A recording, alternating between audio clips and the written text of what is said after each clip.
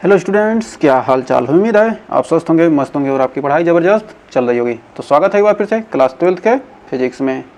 तो chapter first हम पढ़ रहे हैं। तो गॉस के प्रमेय का आज हम अनुप्रयोग एप्लीकेशन पढ़ने वाले हैं। कारण नज़र को बदलो तो नज़ारे बदल जाते हैं, सोच को बदलो तो सितारे बदल जाते हैं, कश्तियाँ बदलने की ज़रूरत नहीं, दिशाओं को बदलो तो किनारे खुद ब खुद बदल जाएंगे। ये क्या करेंगे, कश्ती इस साइड है, अब पूरब दिशा इधर है, ये क्या करें, दिशा को क्या कर दो, इसको पूरब बदल दो तो कश्ती क्या हो जाएगी, कश्ती की दिशा खुद ब खुद बदल ही जाती है। तो हमें उम्मीद है आप पढ़ाई में मेहनत तो लगा रहे होंगे। यदि आप क्या करेंगे, मेहनत करेंगे तो आप कश्तियों को भी बदल सकते हैं, दिशाओं को बदलने की ज़रूरत नहीं। तो आइए शुरू करते हैं अपना टॉपिक। तो गॉस के एप्लीकेशन में हम पढ़ने वाले हैं अनंत लंबाई की एक समान रूप से आवेशित सीधे तार के कारण वैद्युत क्षेत्र की तीव्रता। तो आइए, कह रहा है एक अनंत लंबाई का क्या, ये आवेशित चालक तार है जिस पर क्या है, आवेश क्या है, इस पर एक समान रूप से क्या है, आवेश वितरित है। इस पर क्या हो गया है, एक समान रूप से क्या है, आवेश वितरित है। तो माना, लिख सकते हैं, माना अनंत लंबाई का सीधा तार, माना अनंत लंबाई का सीधा तार जिस पर आवेश एक समान रूप से वितरित है। एक समान रूप से क्या है, वितरित है। जब क्या है, आवेश क्या है, एक समान रूप से क्या है, वितरित है, तो वितरित है तो तार का तो क्या है, ये रेखीय है तो रेखीय आवेश घनत्व होगा ना। तो तार का रेखीय आवेश घनत्व क्या हो जाएगा, रेखीय आवेश घनत्व क्या होगा, रेखीय आवेश घनत्व क्या होता है, लैम्डा है। तो तार का रेखीय आवेश घनत्व क्या, लैम्डा है। और हमको क्या करना है, और तार के निकट हमको क्या करना है, तार के निकट विद्युत क्षेत्र की तीव्रता ज्ञात करनी है। हमको क्या करना है, इस रेखित चालक तार पर क्या है, आवेश क्या है, एक समान रूप से क्या है, वितरित है, जिसका आवेश घनत्व तो क्या है, लैम्डा है। तो इसके निकट हमको क्या करना है, वैद्युत क्षेत्र की तीव्रता ज्ञात करनी है। तो मान लेते हैं इसके चारों तरफ क्या है, एक हम क्या कहते हैं, गोली क्षेत्र मान लेते हैं। और इसका क्या है, एक छोटा सा भाग हम ले लेते हैं, इस पूरे चालक तार का क्या कहते हैं, एक छोटा सा भाग ले लेते हैं। इसका क्षेत्रफल क्या है, डी क्षेत्रफल, एक क्षेत्रफल का क्या करेंगे, थोड़ा सा हम भाग लेते हैं। तो यहाँ पर क्या होगा, इस तरफ ये क्या, एक चालक तार है तो क्या होगा, इसके 3 साइड बनेंगे।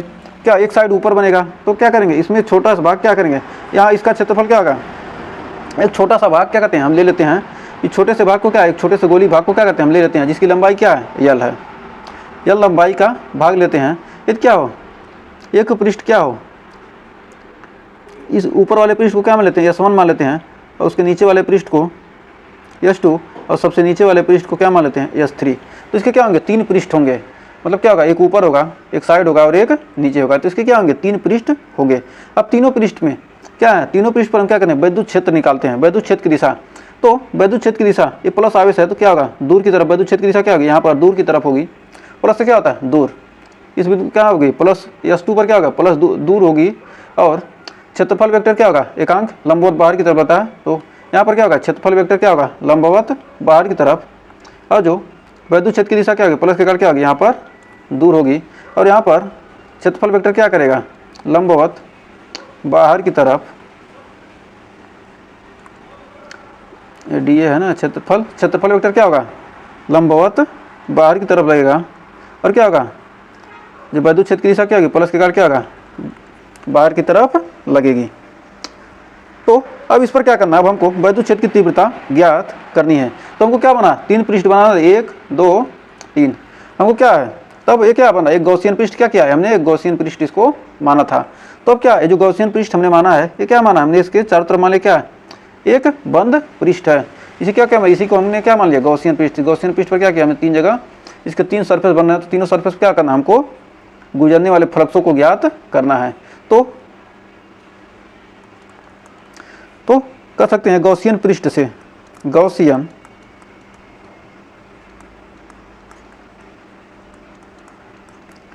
पृष्ठ से गुजरने वाला कुल वैद्युत फ्लक्स, कुल वैद्युत फ्लक्स गुजरने वाला क्या होगा, कुल वैद्युत फ्लक्स। तो क्या मान लेते हैं फाई ई बराबर क्या हो जाएगा, phi 1 plus phi 2 plus phi 3। तो इससे क्या होगा, ई डी ए मतलब क्या होगा, तीनों से गुजरने वाले फ्लक्स हो जाएंगे आपके, एक सेकंड, गुजरने वाले फ्लक्स क्या हो जाएंगे, फाई ई बराबर हो जाएगा आपका close surface integration vector E dot D A plus vector E dot D A plus vector E dot D A. तो क्या हो जाएगा ई डी ए कॉस थीटा, सभी क्या है डॉट प्रोडक्शन क्या होगा, हो जाएगा यहाँ पर हो जाएगा ई डी ए cos theta plus close integration E D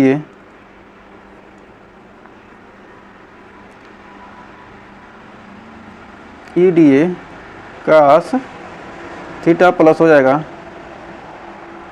integration E D ए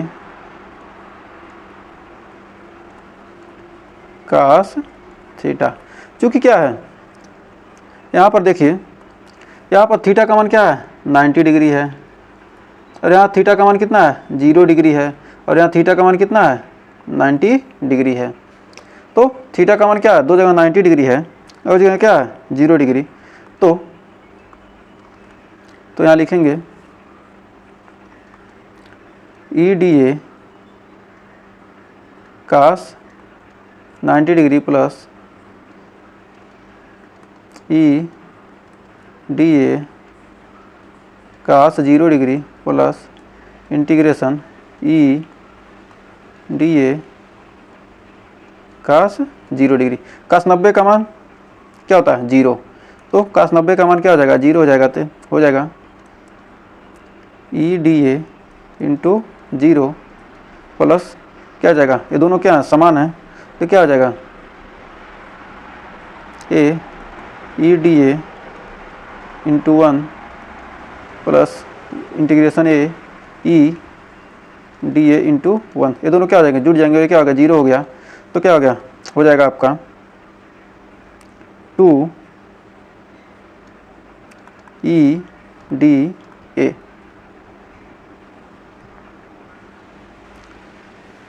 हमको सरफेस हमने यहाँ लिखना चाहिए था थोड़ा सा, एक सेकेंड, यहाँ क्या है हमने किस सरफेस के लिए निकाला है उसको लिख देते हैं, आपको थोड़ा समझ में आएगा क्या है किस सरफेस के लिए हम ये भाग नहीं लिखना चाहिए था। यहाँ पर क्या करेंगे, जिस सरफेस के लिए हम क्या करते हैं एरिया निकाल रहे थे, तो यहाँ पर हो जाएगा क्या S1 S2 S3 S1 S2 S3 S1 S2 S3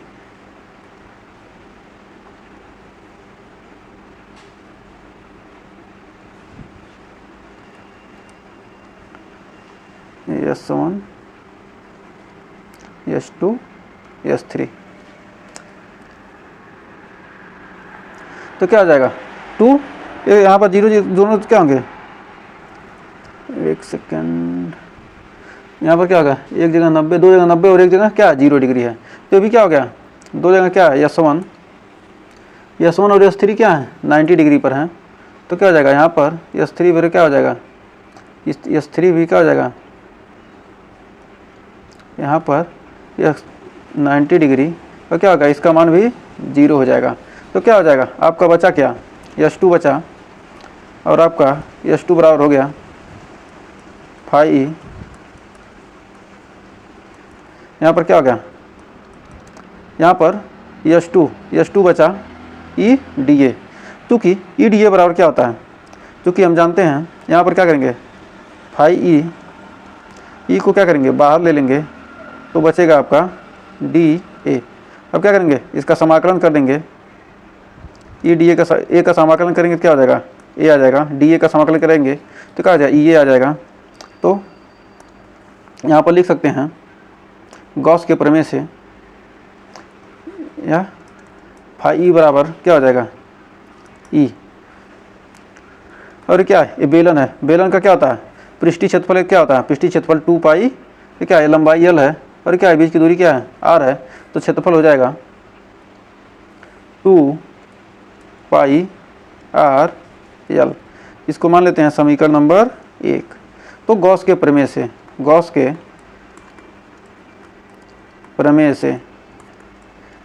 प्रमेय से होता है फाई ई बराबर क्यू अपान इप्साइलन नॉट, समीकरण नंबर 2। तो समीकरण 1 और 2 से क्या करेंगे, समीकरण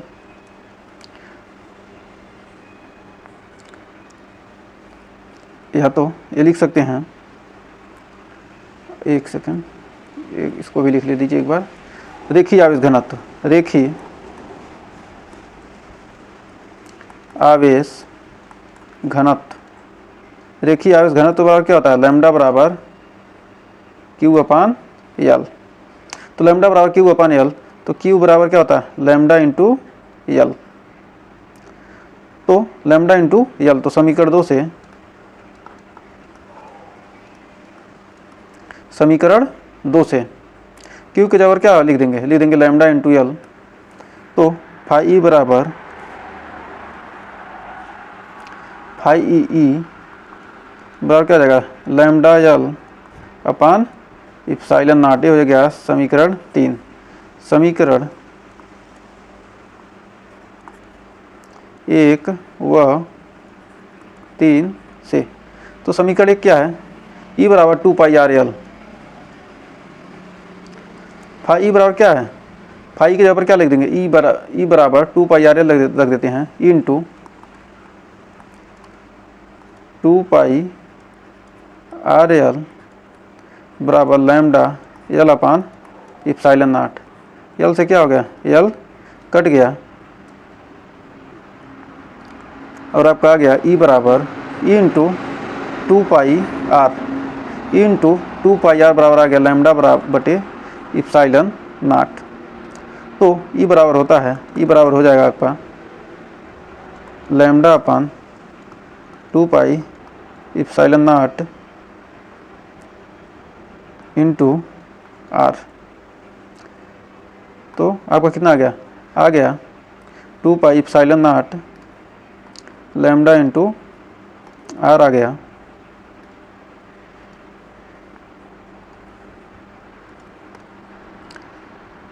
एक सेकेंड, तो इसके बाद हम लिख सकते हैं ई बराबर हो जाएगा, ये क्या आ गया, हो जाएगा आपका ई बराबर लिख सकते हैं 1 upon 4 pi epsilon not into 2 lambda upon R. इसको क्या लिख सकते हैं, आर 2 से क्या करें, ऊपर नीचे गुणा कर दें, तो इसको यहीं पर लिख सकते हैं ई बराबर 1 upon 4 pi epsilon not into 2 lambda upon R, या इसी को यहाँ लिख रहे हैं क्या, 2 लैम्डा अपान आर, या लिख सकते हैं ई बराबर 9 गुणे 10 का पावर 9, इसका मान हो जाएगा 2 लैम्डा अपान आर। तो क्या कर सकते हैं, इस फार्मूले, यही सब फार्मूले क्या करेंगे, हमको क्या करना है, हमको यूज करना है। तो ये क्या हो गया, हमारा फार्मूला बन के आ गया। तो हमें उम्मीद है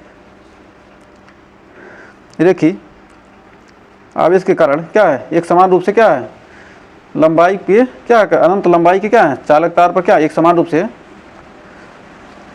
सीधे तार पर क्या है वैद्युत क्षेत्र की तीव्रता हमने क्या किया इतना निकाल लिया। तो उम्मीद है अनंत लंबाई के एक समान आवेशित सीधे चालक तार की क्या वैद्युत क्षेत्र की तीव्रता इतनी आ जाएगी। इसी का क्या करेंगे हम क्वेश्चन में यूज करेंगे, जब क्वेश्चन करेंगे तो आपको अच्छे से क्लियर होगा। तो उम्मीद है आज का सेशन आपको पसंद आया होगा और आप विद्युत क्षेत्र की तीव्रता निकालना सीख गए होंगे। तो अगर यहाँ तक सेशन पसंद आया हो, वीडियो पसंद आए तो वीडियो को लाइक शेयर कीजिए और चैनल पर पहली वीडियो के चैनल को सब्सक्राइब जरूर कीजिए। मिलेंगे नेक्स्ट वीडियो में इसके आगे के एप्लीकेशन को लेकर, तब तक के लिए टेक केयर।